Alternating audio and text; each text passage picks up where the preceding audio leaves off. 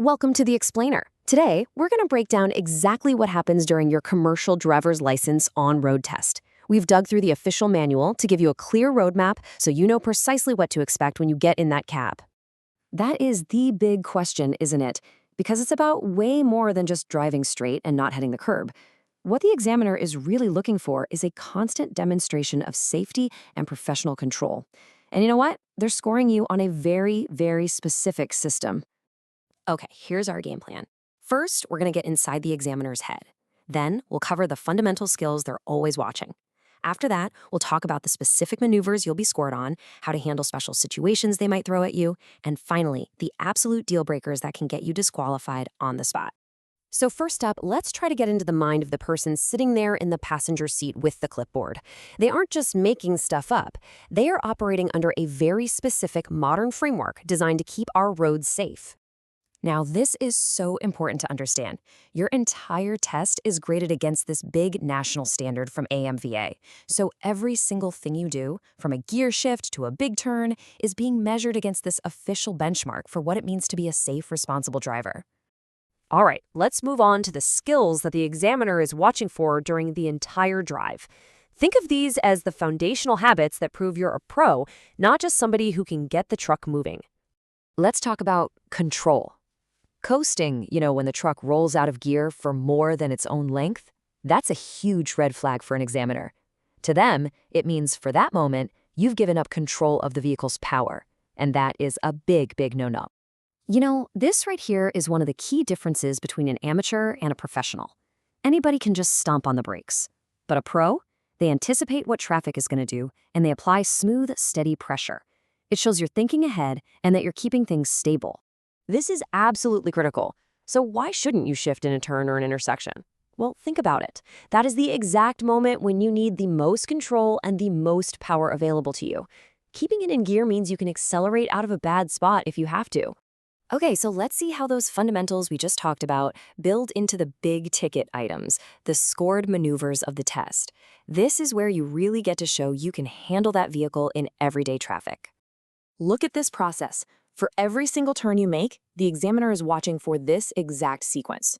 Check traffic, signal your intent, execute smoothly, and stick the landing in the right lane. It's methodical, it's predictable, and most importantly, it's safe. And the stakes for getting this wrong? They're incredibly high. Just two turns where you end up in the wrong lane, and that's it. Test over. It just shows a pattern of poor vehicle control that they can't pass. And just like with turns, lane changes follow a really strict protocol. You've got to be checking those mirrors, signaling what you're about to do, moving smoothly, and matching the speed of traffic. Being deliberate and smooth is what they're looking for here. Intersections are basically high-risk zones, right? So the examiner is totally focused on your defensive posture. Are you looking left, right, then left again? Are you keeping power to the wheels by not shifting? Are your wheels straight so you don't get shoved into traffic if you get rear-ended? Yep. They're looking for all of it.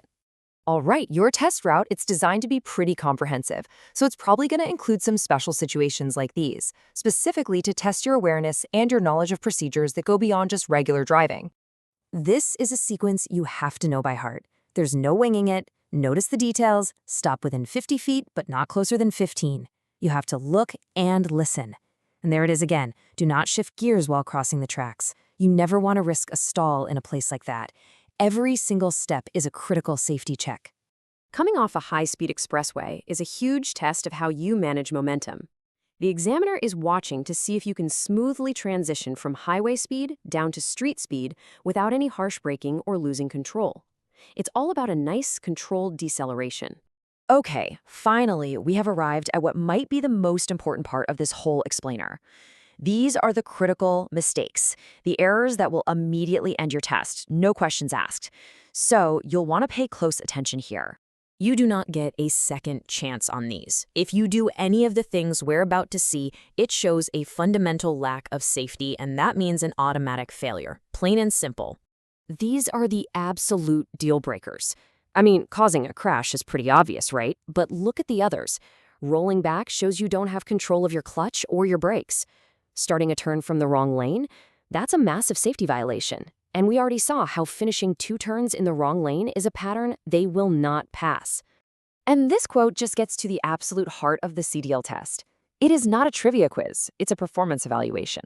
The examiner wants to see that you can take all these rules and actually apply them to make safe, smart decisions in real time behind the wheel. So, by focusing on that smooth control, these methodical procedures, and avoiding those huge critical errors, you're not just prepping to pass a test.